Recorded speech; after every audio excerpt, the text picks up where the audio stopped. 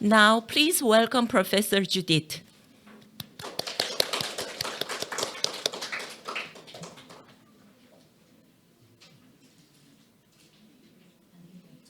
Oh, we cannot hear your voice.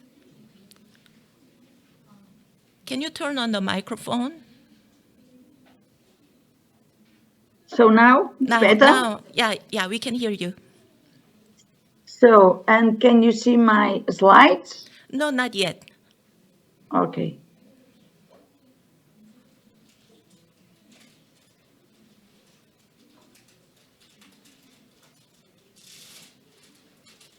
It's okay now? Yeah, but we are in the second page. Yeah, You need to go to the first page. Yeah. Okay, wait a second. I go. I'm going to the first one and close that. I think it will be okay now. Sharing. And now it's perfect. We are in the first page. You can go ahead. Yeah, okay. But now I'm trying to, yeah, okay? Okay. Okay, thank you. Thank you very much. 4 months ago, exactly the 1st of June, I went to Daegu for an academic stay invited by Professor Kilim Nam. It was my first time in Korea, and now I know it won't be my last time because I have been missing my Korean people all these months. I feel very grateful to Professor Kilim Nam also because later on she acted as an intermediary with Professor Jae-young Shin, who invited me to give this talk today. Thank you, Kilim and Young, and thank you everybody for being here to listen to me. As you know, Spanish is a Romance language. Let's go to the second one. So a language originated from the evolution that vulgar Latin underwent over the centuries after the fall of the Roman Empire. In Roman Hispania, this evolution led to the appearance of Spanish, as well as Catalan and Galician. Just in other territories, it led to the appearance of other Romance languages like French, Italian, Portuguese, and others. Now it's spoken by 548 million native speakers, making it the second most spoken language in the world after Chinese, or the third one if we add non-native speakers, because then English is the second one.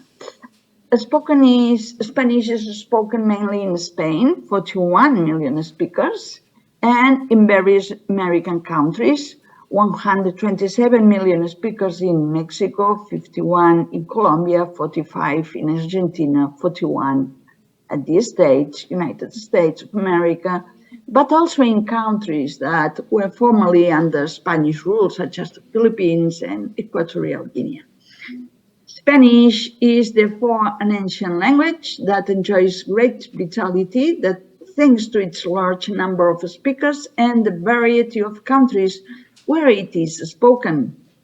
In many of them, Spanish has its own Academy of the Language, although the role of setting the linguistic standard has been played especially by the Real Academia Española in Spain. In this presentation, I will show the trends in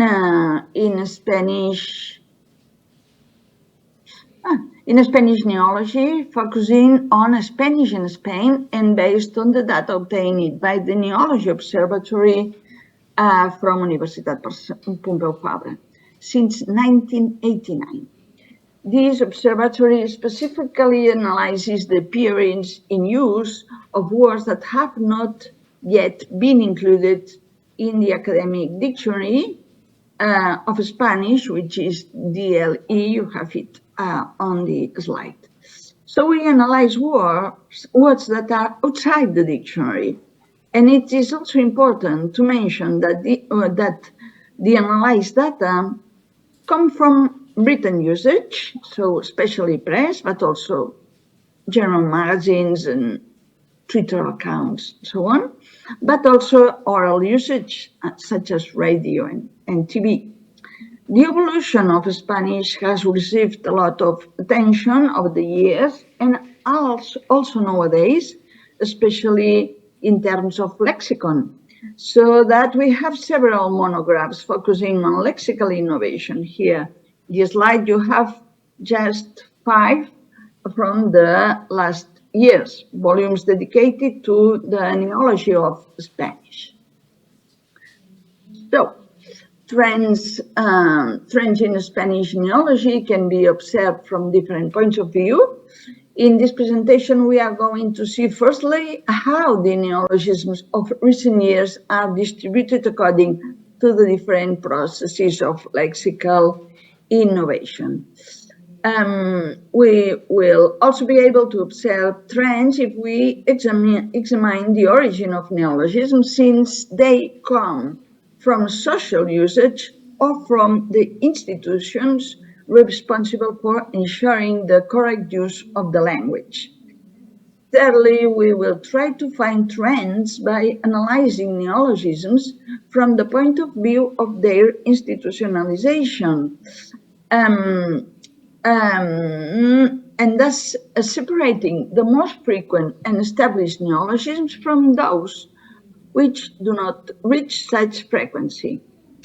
Frequency is often related to the communicative purpose, the function of the neologisms, as we shall see in the 4th section, since not all neologisms fulfill a clearly denominative function, but some respond rather to expressive and stylistic needs. We will devote a part of the presentation to try to find trends in lexical innovation according to the different mechanisms of word formation, and we will end by referring to the trends observed according to the different thematic areas. So, languages update their lexicon by different processes, as we all know. One is the formation of words by morphological mechanisms. Another is the new use, semantic or syntactic, of already existing units. And another is borrowing words from other languages. There must be a certain balance between formation with its own mechanisms and borrowing from other languages, since borrowing words from other languages is a perfect valid mechanism only if it does not reach such a high level that the receiving language loses vitality and becomes diluted in another language, while demonstrating its inability to name what is new. In the image in the slide, we can see that in Spanish, borrowings from other languages currently represents 27%, which leaves, let's say, a margin of 73% for the language and mechanisms. Within the latter group, 65.7 is morphological formation, so derivation, compounding, and truncation, which we will see later. And we also see that 7.3% is the reuse of existing words, either by changing the semantic or syntactic use of existing words. Syntactic change consists in the change of grammatical category of a unit without adding any lexical affixes. Thus, for example, from the adjective, here you have in conversion, you have maternar, which is from the adjective materno, which means related to mother. And we have directly the verb maternar. Or from, you see, clásico, it used to be an adjective, classical, and now it is also used as a noun. So all of these are syntactic changes with semantic changes also.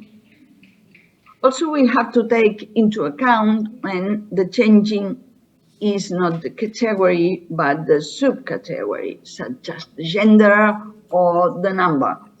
Or also lexicalization with appreciative units. For instance, here you have estatuilla, which is statuette, referring always to the Oscar Awards for cinema, you know.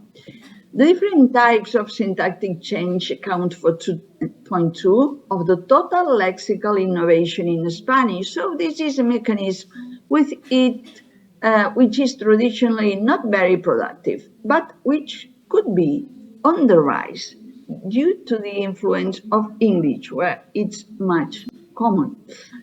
Therefore, within the process of change, we have to speak about semantic change, but let's notice the first trend, which is the influence of English in syntactic change. It's not a hard trend. So the semantic change, you can see here is the 4.9%, but in fact, we know it's a more frequent phenomenon, but the data is hard to obtain by automatic meanings. It's not possible by now, and with manual, it is not very effective, not very efficient.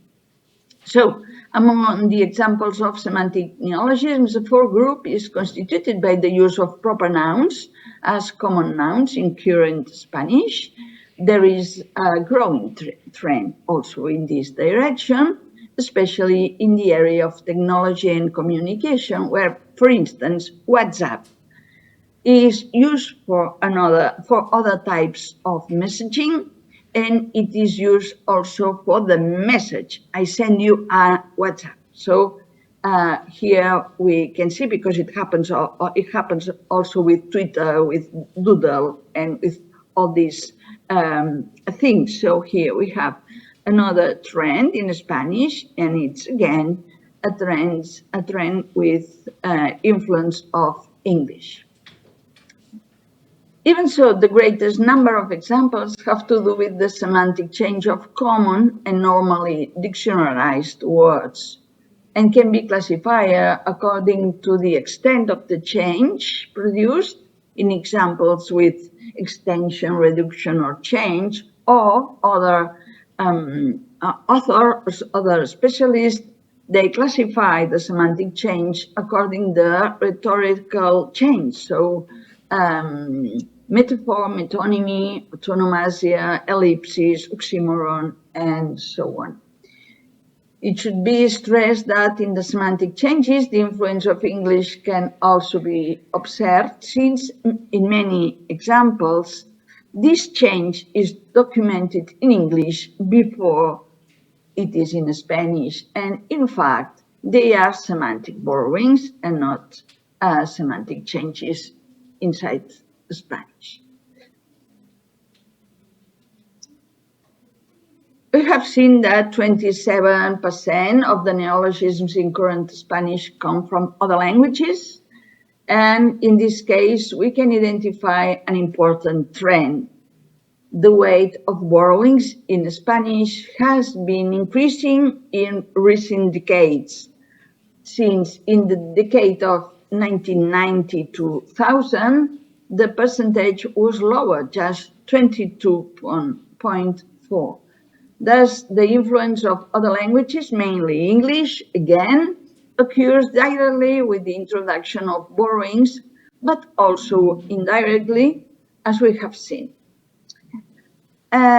So English is the language from which Spanish borrowed the most words. 18.7% come from English, and from the whole other languages, just 82%.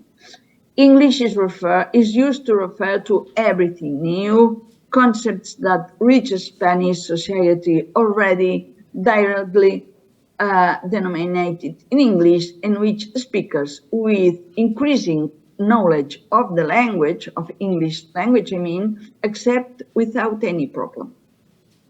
The Academy of the Language is introducing some of these borrowings into the dictionary, but most of them are still outside, although they are fully established in use.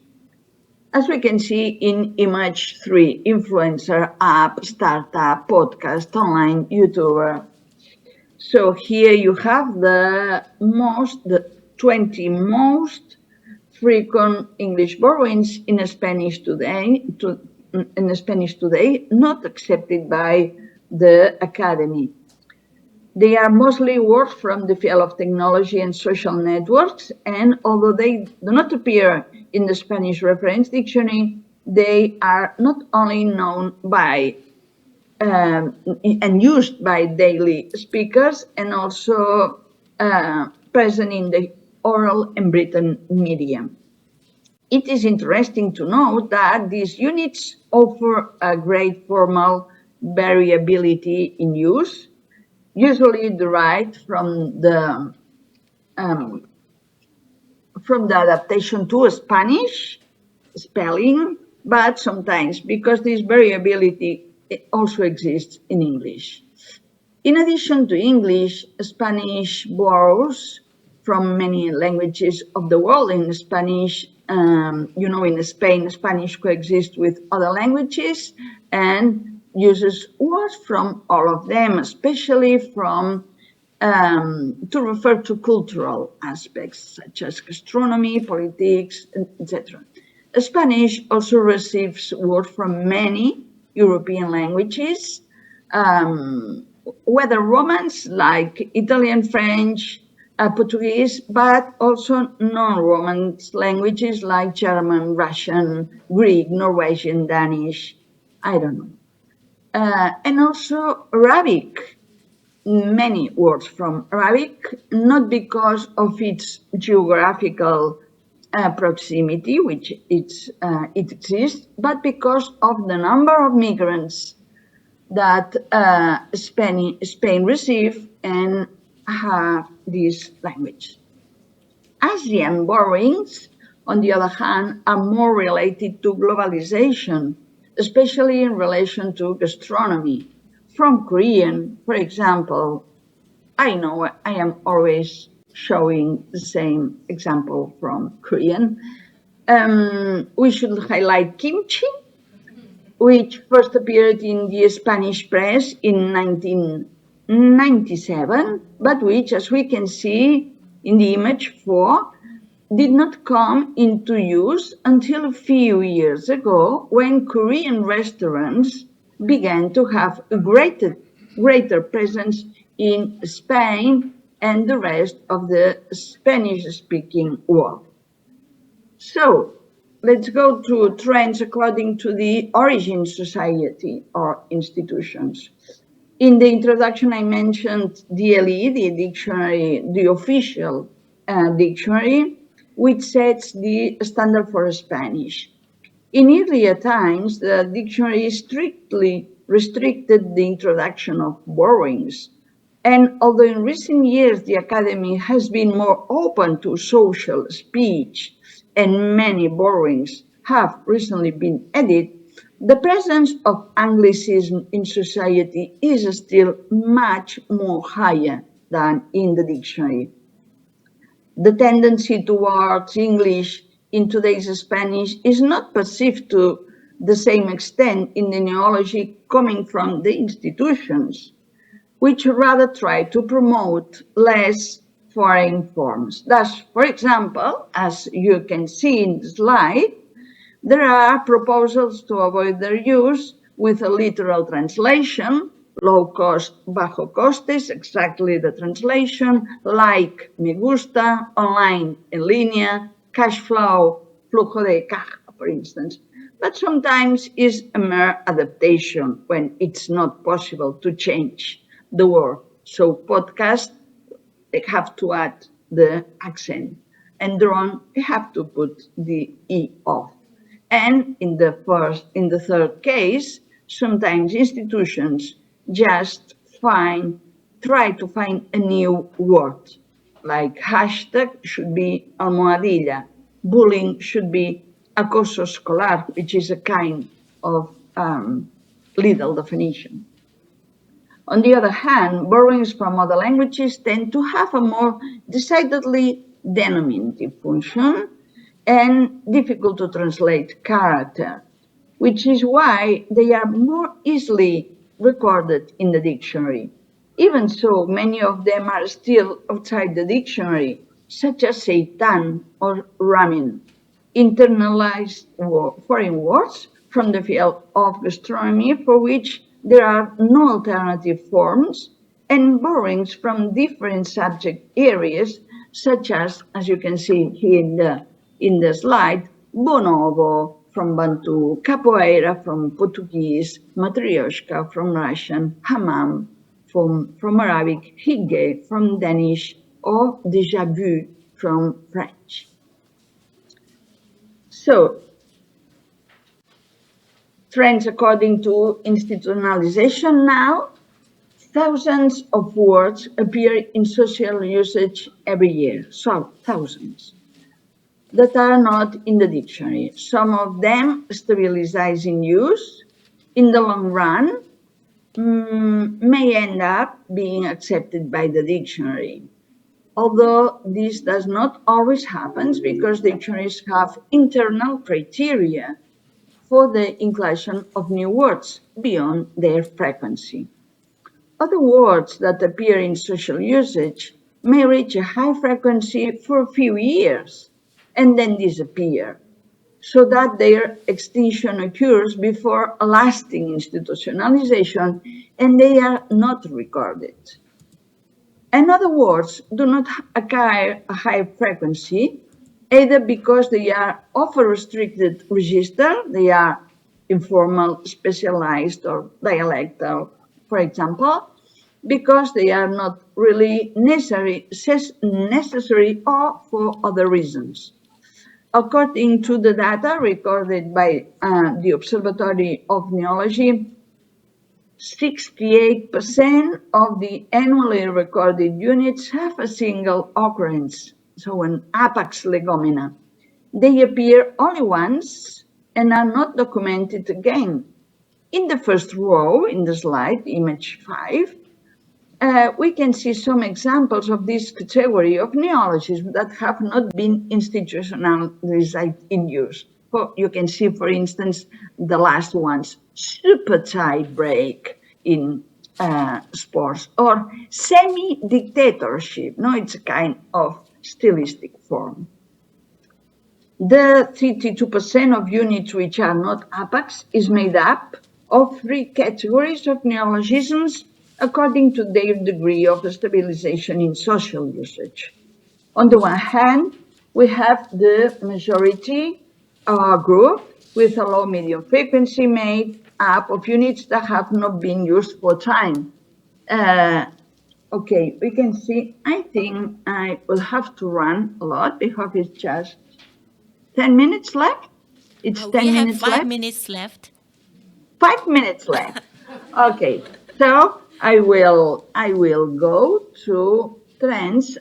Here you can see that we have just a few really frequent words such as bullying, cyber attack, cybersecurity. These words are not in the dictionary, but will probably be in the near future. So, according to function, as we have seen, we have different kind of neologisms.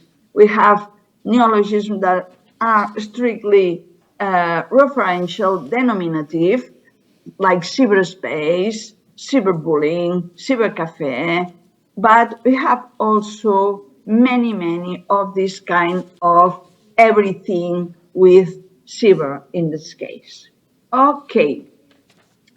I wanted to say that this, apax legomena that doesn't have a denominative value have a strong importance for us because they change they pushing with transgression, they push the rules of word formation. Here you have the example of itis. This suffix means inflammation with added to a noun, which is part of the body. But we have now a second rule created by this kind of words, which mean excessive tendency to something, like meetingitis when you have a lot of meetings, Barcelonitis when you love your, Barcelona very much, and so on.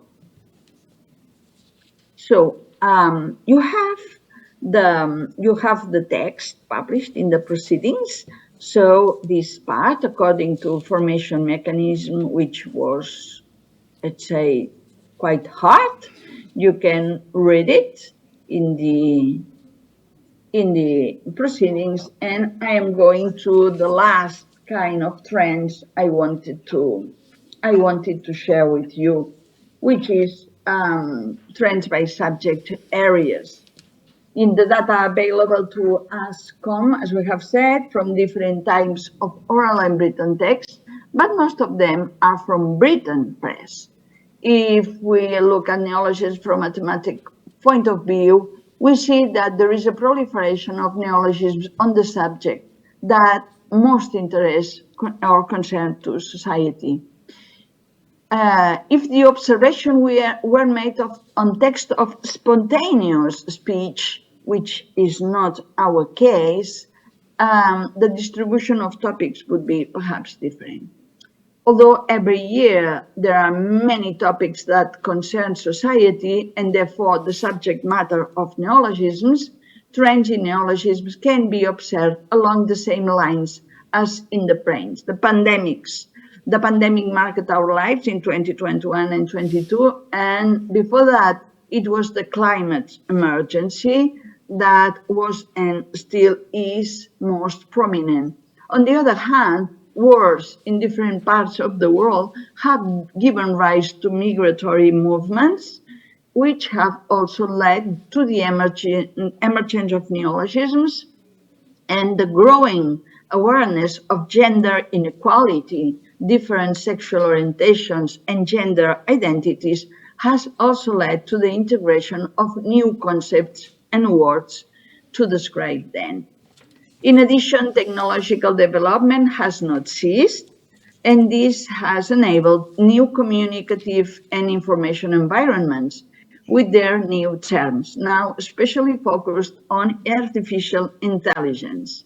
And globalization continues to contribute to the incorporation of gastronomical terms in different languages with increasing ease, but also words associated to sports, arts, and all kinds of aspects related to the different cultures of the world.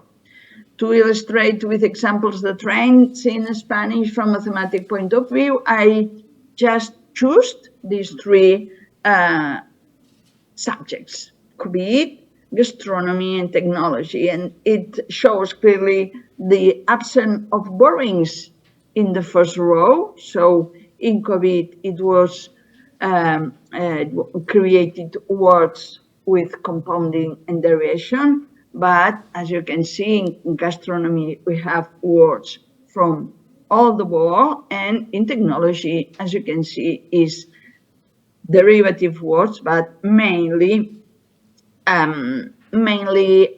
borrowings from English. So, my conclusions. After this exposition, we can conclude that Spanish shows great vitality in its lexical innovation because it makes use of all the existing processes and mechanisms to update the lexicon, either to name everything new or to invent units with more expressive than denominative functions. As we have seen, it advances generously in all thematic areas, implementing one or other mechanisms according to the preferences of each sector.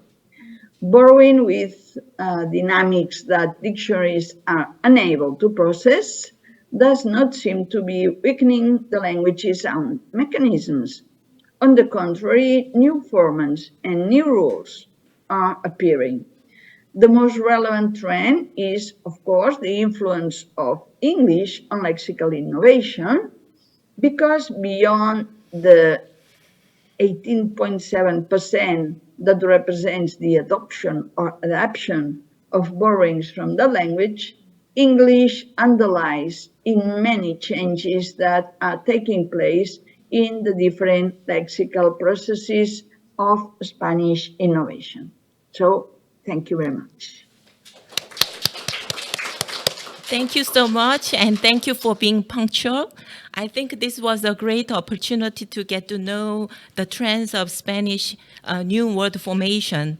And especially for me, it was very interesting that you mentioned kimchi, because 20 years ago, when I went to a Korean restaurant in Spain, none of my friends knew kimchi, and they didn't even want to try it.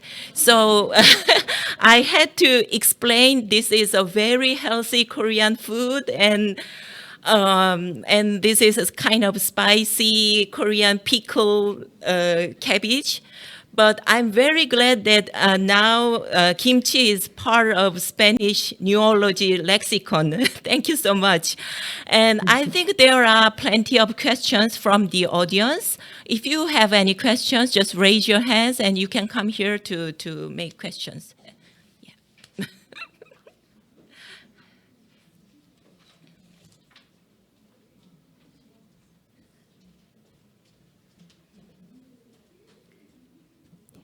Hi, I'm Misong Kim from Yonsei University. I'm majoring in Korean language education. I really enjoyed your presentation. Thank you.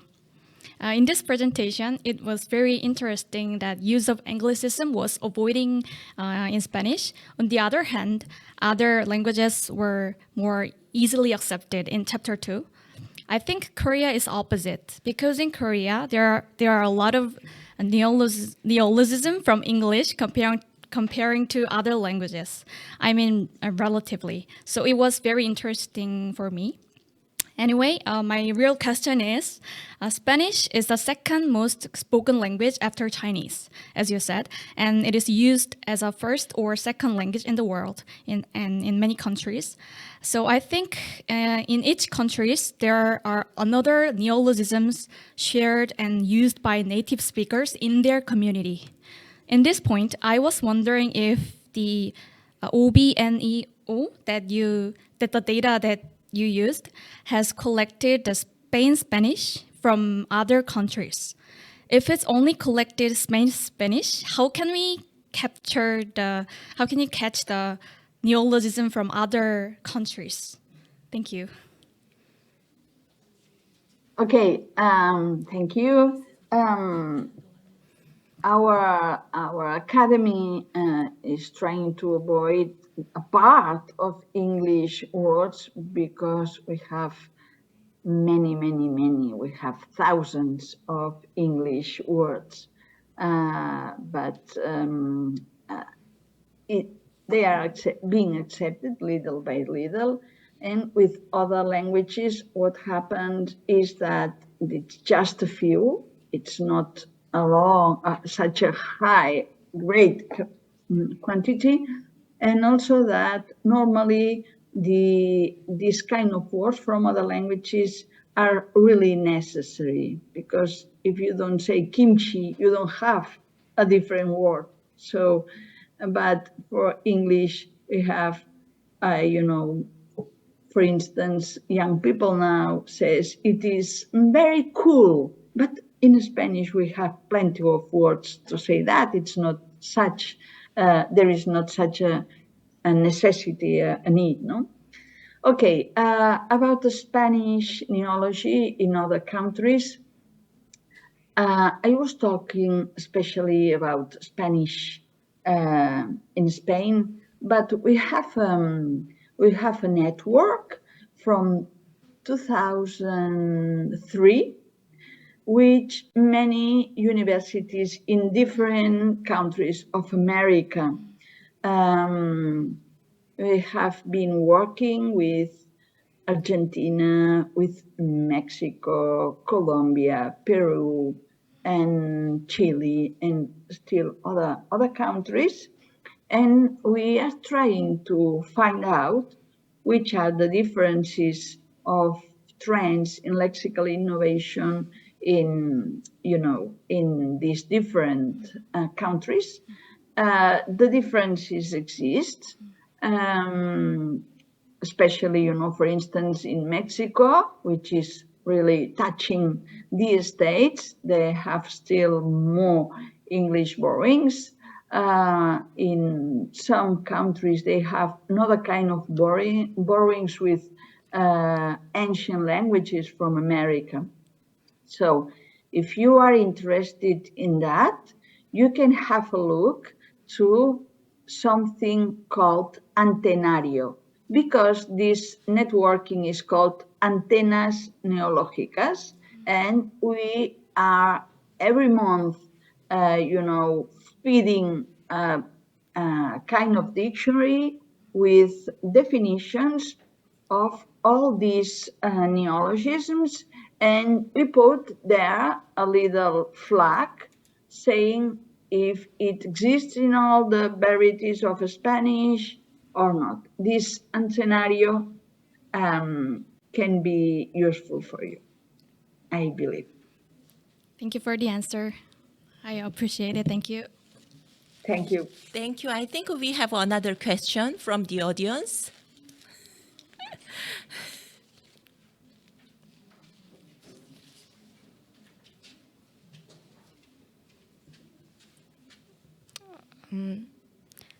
Thank you for your great presentation. I'm a Yonsei student, and my name is Younghan Lee.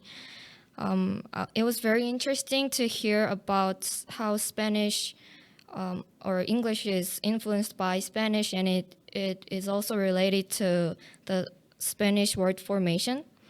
But when it comes to Korean, I think Korean is more influenced by English because of cultural reason, and not because they have like semantic or syntactic, common and similarities. And I think Korean is not the only language that is more influenced by the cultural reason, and it relates to the word formation. So I have a question about, I think there are like two main factors that influences to new word formation. One is the similarities in semantic and syntactic factors, and the other reason is because of the socio-cultural factor. So I have a question about what do you think would be the more stronger factor when it comes to Spanish word borrowing? Excuse me, the stronger factor of what exactly? A stronger factor when it comes to new word formation? Mm-hmm. The stronger factor, okay. We have a great influence of English at all levels. We have this is the stronger factor, okay? We have many words directly taken from English. We have many, not so many, but we also have semantic changes that happened before in English, so it's because of English.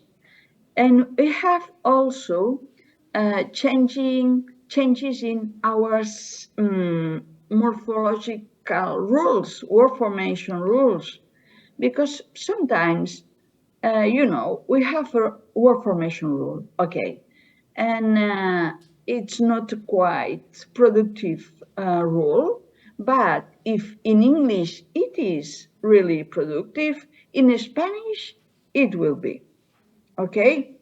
If we have a word formation rule that is not really, productive, but in English, I mean, that is really productive, but in English doesn't exist.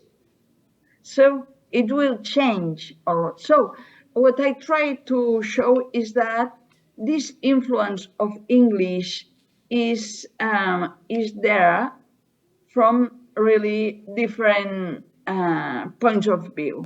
Okay. All right. Okay, so I get the two views about word formation in Spanish and English. Thank you for your answer and presentation. Thank you. Thank you.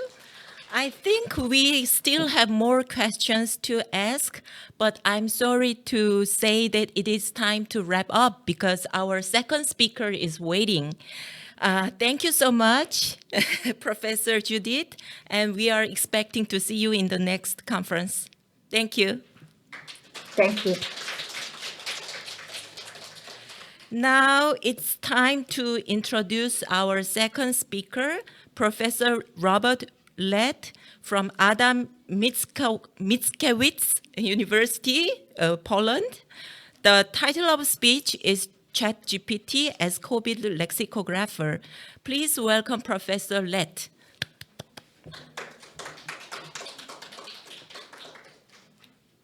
Thank you so much. Welcome, everyone, and thank you very much for having me. I'm honored to be able to speak at Korea Lex this year. And I'd like to share with you a study that I did in trying to use ChatGPT as a lexicographer. I hope you see my slides fine. Please give me a shout if not. It's okay. All right, so there's one lexicographer in the English-speaking world that people in the street know about, just one. That would be Samuel Johnson. And about 300 years ago, he referred to lexicography as harmless drudgery. So the drudgery, because it's hard work, it's a lot of work, and it's just goes on and on and on. You can see that by the staggering timelines of the major dictionary projects. For example, for English, 71 years, the Oxford English Dictionary. Similarly, German and Dutch, over 100 years. So that's a lot of years. True, these are really impressive, big, comprehensive dictionary projects, but even smaller projects, and I've been on a few myself, they usually take a few years at least, even if a team of a dozen or 24 people is involved. So a lot of work. So could this be the accurate definition of lexicography? Maybe not. Could we maybe take away the drudgery and engage computers to do the work for us? We go back a quarter of a century to 1998. Greg Graffenstetter offered this provocative title in a paper he gave, Will There Be Lexicographers in the Year 3000? Now, 3000 is like, it's difficult to wrap your head around that because it's so far in the future. In fact, I mean, when we think about the year 3000, we're more likely to ask today, will there be humanity in the year 3000 or even the planet Earth? Well, somewhat less futuristically, Michael Randell in 2011 gave another paper. The title went, Will There Still Be Dictionaries in 2020? By the way, Macmillan English Dictionary disappeared from paper a year or a year and a half later, and this year it disappeared from, well, pretty much everywhere. So that's one dictionary that's not there anymore. Now, earlier this year, much more recently, in February this year, there was this great talk online broadcast from Tokyo by Jean-Maurice Despaver and David Joffe. And they announced the end of lexicography, welcome to the machine. So what they did was engage ChatGPT to see if it can do the tasks that are usually involved in dictionary making. And they found that most of the time it could. It wasn't always perfect, but maybe it was good enough, at least for some of the tasks. But if you look back at these questions, there are really two separate questions. There's the question of whether we need lexicographers, and there's another question. Do we need dictionaries at all? So, I mean, another way to talk about the first question is, can computers do the work instead of humans? Versus, is there any work to be done at all, right? Does this work need to be done? So today I'll just think small and just address the first question, the easy one. So ChatGPT as a lexicographer, well, we know all about it. Everyone heard about ChatGPT late last year. Before that, GPT systems existed for quite a few years, but because they weren't instantly and publicly available to everyone, people didn't care that much about them. So, okay, ChatGPT making dictionaries, or a dictionary, but which dictionary? Okay, I'm going to go with the Kobold model for the following reasons. The Kobold was widely seen as innovative. Several reasons for that. It used a corpus of digital text, so empirical textual data, as evidence of use and meaning. True, the corpus, by today's standards, was pitifully small, especially at the start of the project. It grew a little bit later on, and it wasn't very well balanced because there was too much journalistic genres in the corpus, newspapers and magazines. Nevertheless, I mean, that's a breakthrough. It also insisted that, for examples, authentic uses have to be included. And that's still a bit debatable whether that's the best idea, even today, and especially at the time when they only had a relatively small corpus, because, I mean, maybe there wasn't a good enough choice of examples to choose from in the small corpus. Moreover, Kobold adopted a view of language that unified structure and meaning. So they saw senses as inextricably bound links between patterns of usage and the meaning. So the two were kind of related. You have to describe the two together. And as a consequence of that, they adopted a specific defining format which was used for many entries where relevant, known by a number of names, the contextual definition, the full sentence definition. So let's have a look at that definition and how it was different from, well, what was pretty much standard. Well, the standard definition, it goes back to ideas from Aristotle, also known as the analytical or classical definition. And as an example, let's try and define the verb approve. An analytical definition might go like this: approve, to think that someone or something is good, right, or suitable. Now, compare this to a Kobold style definition, which I give in two colors because it comes in two parts. If you approve of someone or something, you like and admire them. The two parts are two separate clauses making up a complex sentence. The first clause illustrates the usage pattern in the sense defined. So in this case, it tells you that the you part tells you that it probably has a human subject. It also tells you that it's, in this sense at least, it's followed by of, the preposition, and that the complement of a preposition can be person, or can be, well, something. I mean, more specifically, it could be a state of affairs or maybe a position, but it doesn't say that. It could. I mean, some definitions went further in specifying the range of complements that typically occur. The typically actually is also an important keyword there. So anyway, so COBOL no longer goes for the so-called substitutable definitions, meaning that a noun is defined via a noun phrase, a verb via a verb phrase, or a clause that, in theory at least, could just be plugged into the slot in the text where the headword is. Instead, it introduced a more conversational defining style, because this kind of definition, if you approve of someone or something, you like and admire them. It could, and it does sometimes, occur in natural conversation. Conversation means chatting, thus ChatGPT. So ChatGPT and COBOL.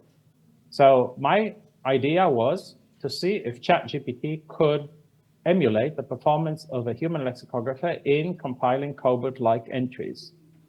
So I set out to see how successful it would be.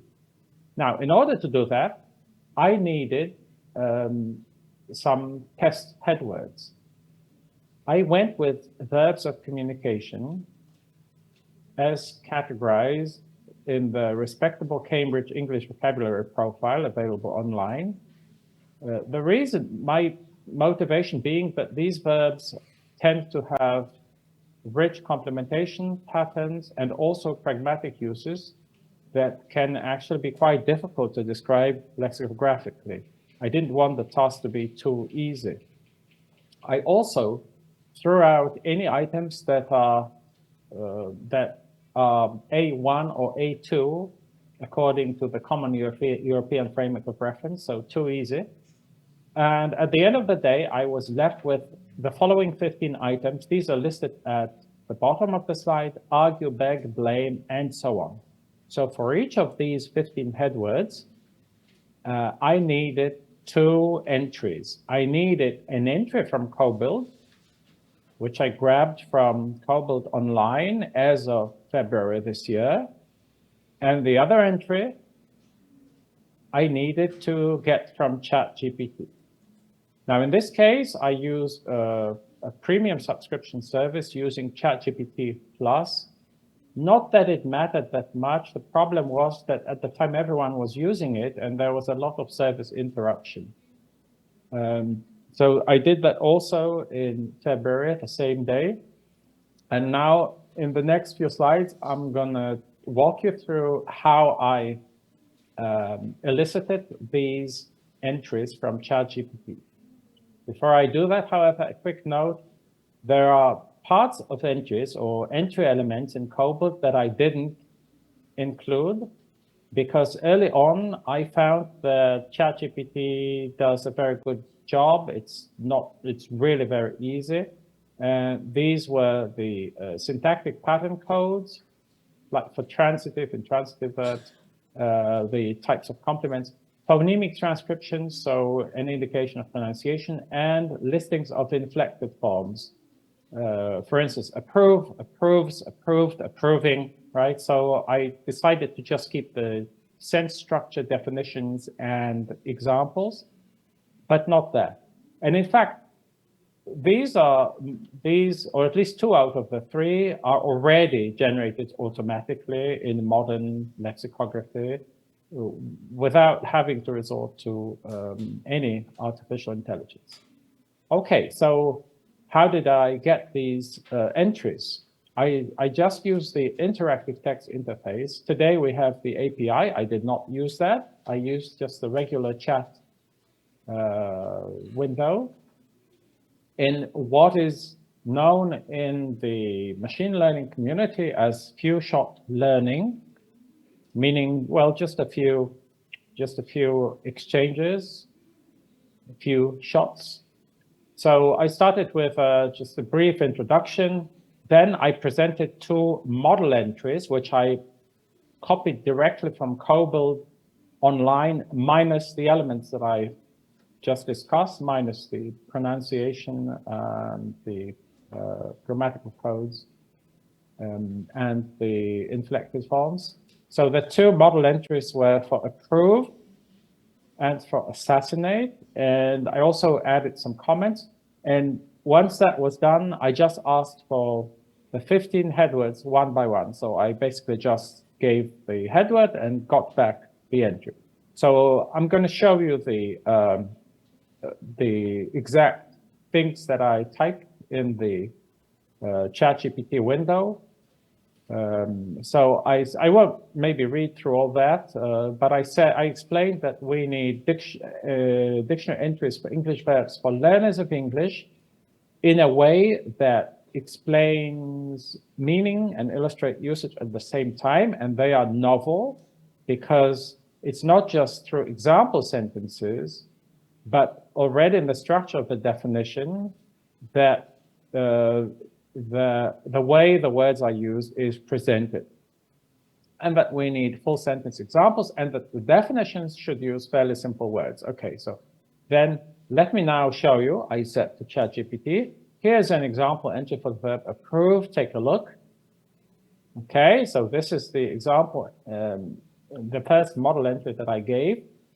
And at the time, I didn't notice this, but I noticed this recently, in fact, quite recently when preparing for this talk, that already in this first example model entry, I may have picked an entry that wasn't ideal in the examples, or that wasn't liked in the evaluation. Please note that not sense 1, but sense 2 and sense 3, every single one of the examples starts with the word the. And not just that, also all of the instances, tokens of our headword are in simple past tense. And also all of these examples are very simple subject, object, subject, verb, object, right? So there you go. And apparently, please remember that, because we will come back to that later, because apparently ChatGPT is a quick learner, and it picked up on that perfectly, because it said, okay, I better do that. I'll keep doing that. The other entry, and the last entry that I gave, was assassinate, which is not a verb of communication. However, it presents a very good example of a verb that's predominantly used in the passive, at least on the first sentence. So I just pointed out that since it's used in the passive, it has to be defined using the structure that is typical. So when someone is assassinated, they are killed deliberately, especially for political or religious reasons. So the definition shouldn't say when you assassinate someone, you kill them deliberately, and so on. But again, all of the examples start with that. Okay, so this was the second example. The final prompt just made sure that ChatGPT got that. Do you see how sense 1 has been defined using the passive? Also, this entry has only 2 senses. There may be 2, 3, 4 senses, as many as you believe are reasonable for a proficient learner of English. Do not treat technical or specialized uses. And that's it, basically. And the next prompts were just single word, like just the encourage. And then ChatGPT came back with the entry. The entry was saved.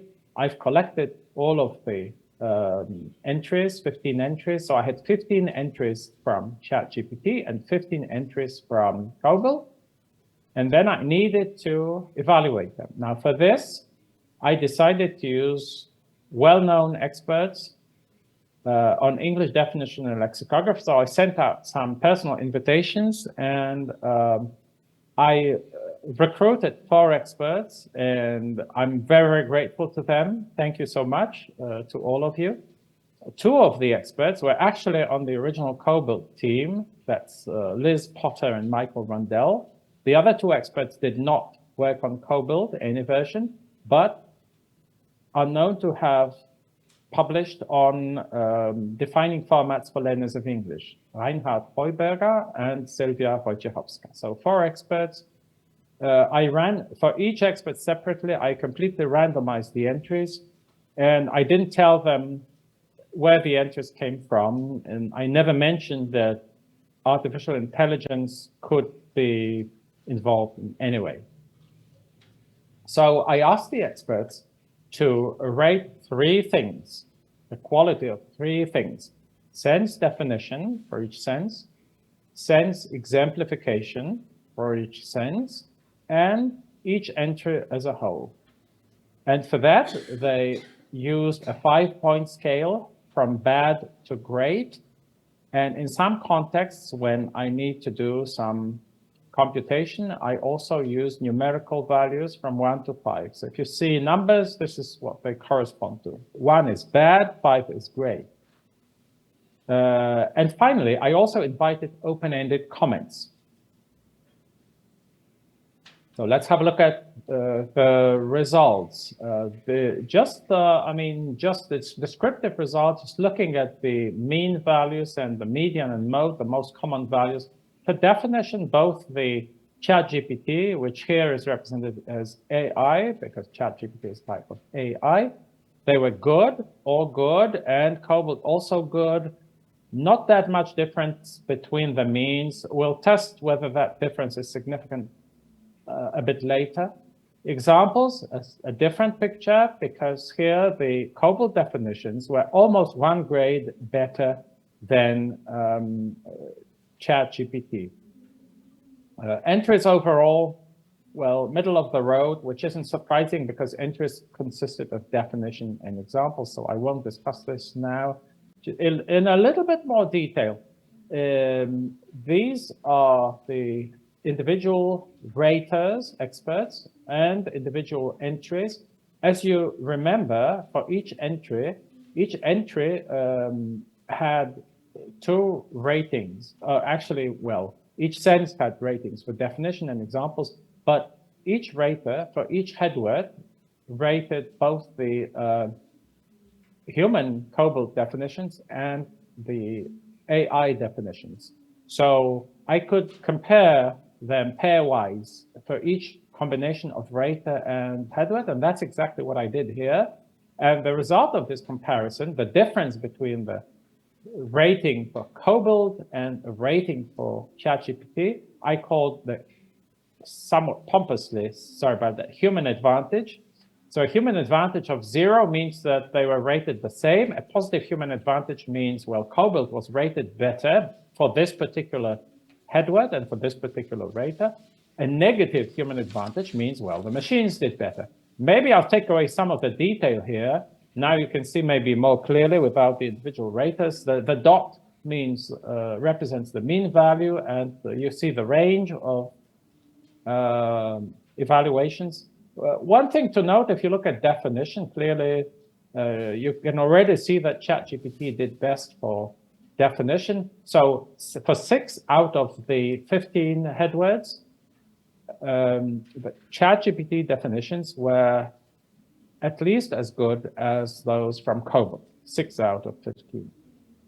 Now, then I did some modeling, and I selected the best model using linear mixed models. I won't discuss the technical details unless someone is interested later on. But you can find them in the preprint. The predicted ratings, these are prediction intervals. You can see that for definition, the model predicts very close quality for definition by Cobalt and AI. Not so for examples, so that's pretty much in line with what we saw. But for examples, we have a significant difference, but not for definition. Okay, the same, but broken down by rater, just to illustrate that not all of the experts, I mean, they were all, some of the best experts that you could have for English definitions and English entries, but they don't quite agree. They don't always agree. That's because, is someone wrong? No, they just have different expectations. They probably have different preferences and different ideas about what the ideal or perfect example should be like. For instance, if you look at bottom left, in fact, this rater liked the ChatGPT definitions a little bit better, like half a grade better than the COBOL definitions. And also the examples, he didn't mind the examples being simple. So maybe he just believed that the simpler examples were better for learners. I mean, that's that could be. Maybe they had slightly different learners in mind. Similarly, top right for definition, almost the same. But the other two raters, it seems that they rated the human definitions better. So just to show that the raters didn't agree. However, the model did take this into account. We had rater as a random intercept in the model, just as item. All right, the final piece of information that I collected was open-ended comments. And these comments are the most common comments made about ChatGPT entries. So some negative characterizations such as, oh, they're all the same, they're redundant, they repeat, so repetitive, and they're only in the past. So remember when I showed you the model for approve, all of them were in the past, and this is what happened. I mean, ChatGPT picked up on that, and it just gave the simple past tense. Actually, it could also be a problem of corpora, because many corpora have a lot of prose, like books and narratives probably overrepresent the past simple, things in the past, because it narrates things in the past typically, and therefore the past simple is overrepresented. Anyway, let's have a look at comments for COBOL entries. This is a sort of mixed message, positive and negative. So we have repetitious, hard, but also worthy, but also positive, clear, good, helpful.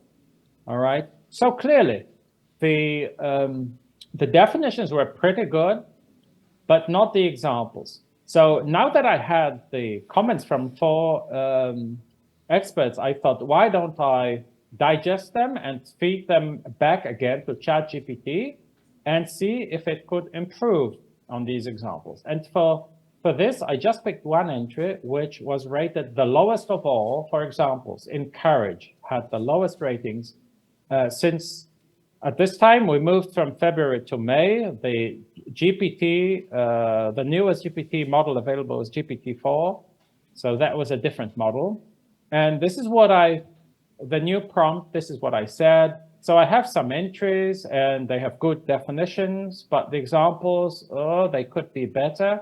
So here's a summary of the criticisms from really good experts. So please listen to that and see if you can improve on the entry encourage, which was made by your, older brother.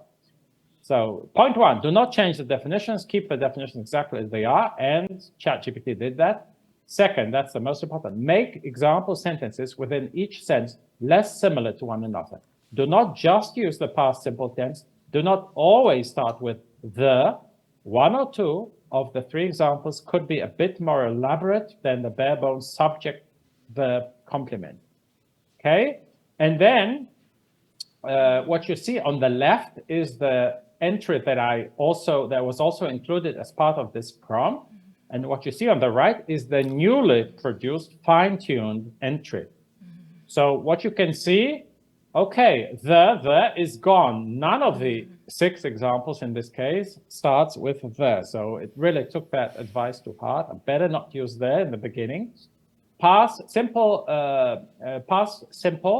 well, only one of them doesn't start, but at least one of them doesn't start with simple past. I told you the thing about the dominance of the past tense, right?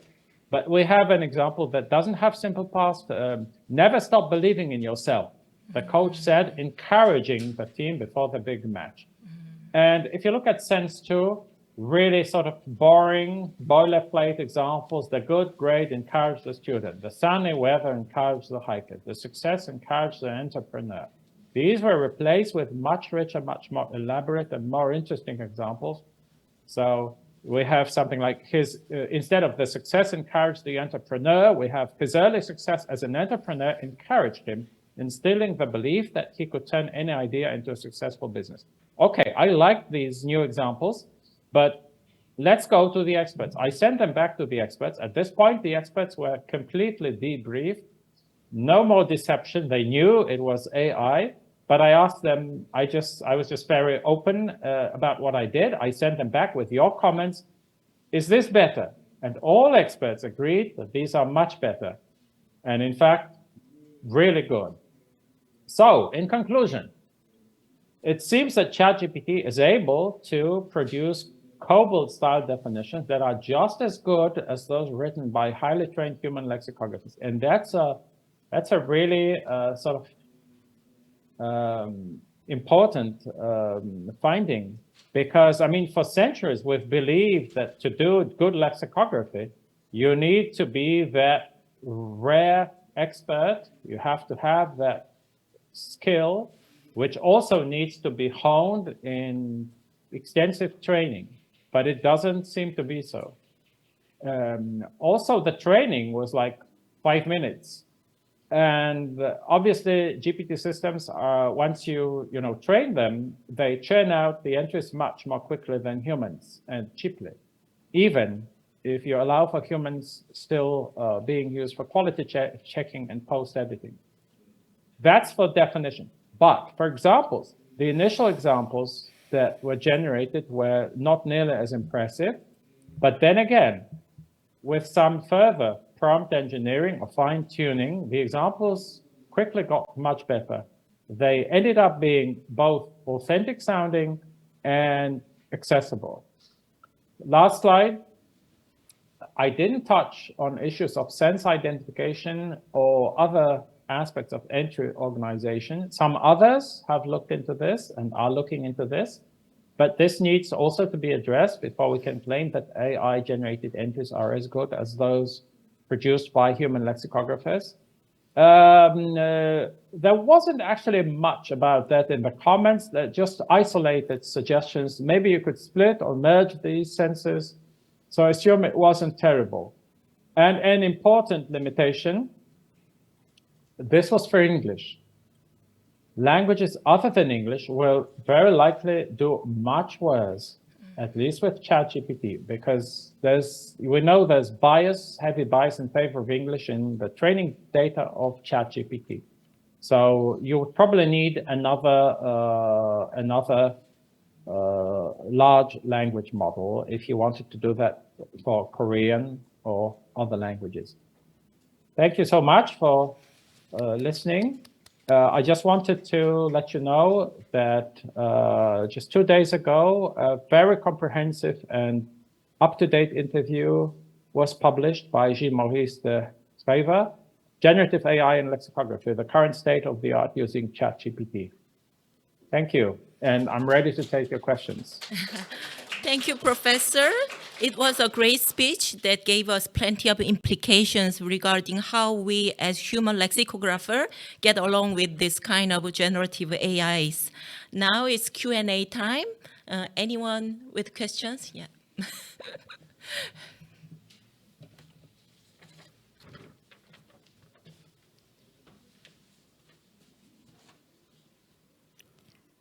Thank you for your wonderful presentation. It was very interesting.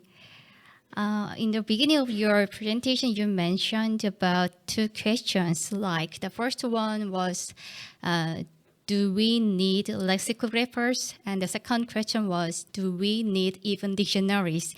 And you said that your presentation is about the first one, like, do we need lexicographers? But my question is actually about the second question. I'm sorry. So my question is that if these kind of AI models like ChatGPT could become excellent lexicographers.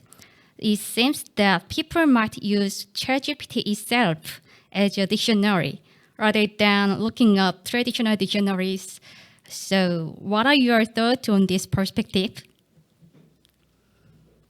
Thank you for this question. Well, obviously, it's a big topic, at least for another talk. But yes, that's one option, but not the only option. Some other options have existed for quite a while and have basically been pushing out dictionaries out of people's hands and computers and smartphones. Because when you think about what dictionaries have traditionally been used, okay, but I think, well, three main uses, and allow me to skip the academic uses of dictionaries, like someone's, writing a thesis or a paper on something and just looking at words of a specific type, how they were treated in dictionaries. I mean, people in practice use dictionaries to understand text, written text, because spoken text, that's just too fast to look up. Okay, so understand a written text, create a written text. Okay, so these two uses, and possibly translate, if the job is actually to translate. It could also be an avenue towards understanding, but translate in itself, right? So these three uses. Let me start with translating. We've had machine translation for a while, and I'm sure you're all aware how much better it quickly became, right? Like 10 years ago, machine translation really sucked, made a lot of errors, but it got better. And at a certain point, which is already in the past, machine translation got good enough that it did a better and quicker job than looking up individual words and expressions in a dictionary. I mean, if you looked up each word, first thing, you didn't even know which sense it's used in. So you had to, go through the entry. And the machine translation has the context and has that word in the context. So there goes one dictionary use down the drain, right? I mean, there's some technical translation where you have term lists and maybe dictionaries. I once worked as an interpreter, and I was party to when our local brewery in Poznan was bought out by South African breweries. So I have a dictionary of beer making technology, and I memorized this to know exactly the terms. And maybe that would still be useful in some context, but so that's one. Reading comprehension. Again, you can use machine translation into your own language if it's in a foreign language, right? And as you said, I mean, if it's a difficult text in your own language, but you don't have the competence, maybe it's a technical text, you can indeed ask ChatGPT, and I tried that to explain. Can you explain what this term means in context? Or can you explain it in simpler words to someone who's not an expert? Can you maybe summarize the text for me? Okay, if you have, let's say you're worried someone has a medical condition, you found a text online, but it's just too difficult. It's full of jargon and difficult things. And then you paste it into the ChatGPT, or actually DeepL also has this function now, summary. And you say, please summarize the main findings for me. It will do that for you, and it will do that quite well. And we can only expect that to get better. Finally, writing. Maybe that's the most challenging of the activities that involve the use of dictionaries. Well, several years ago, people started moving from dictionaries to writing assistants.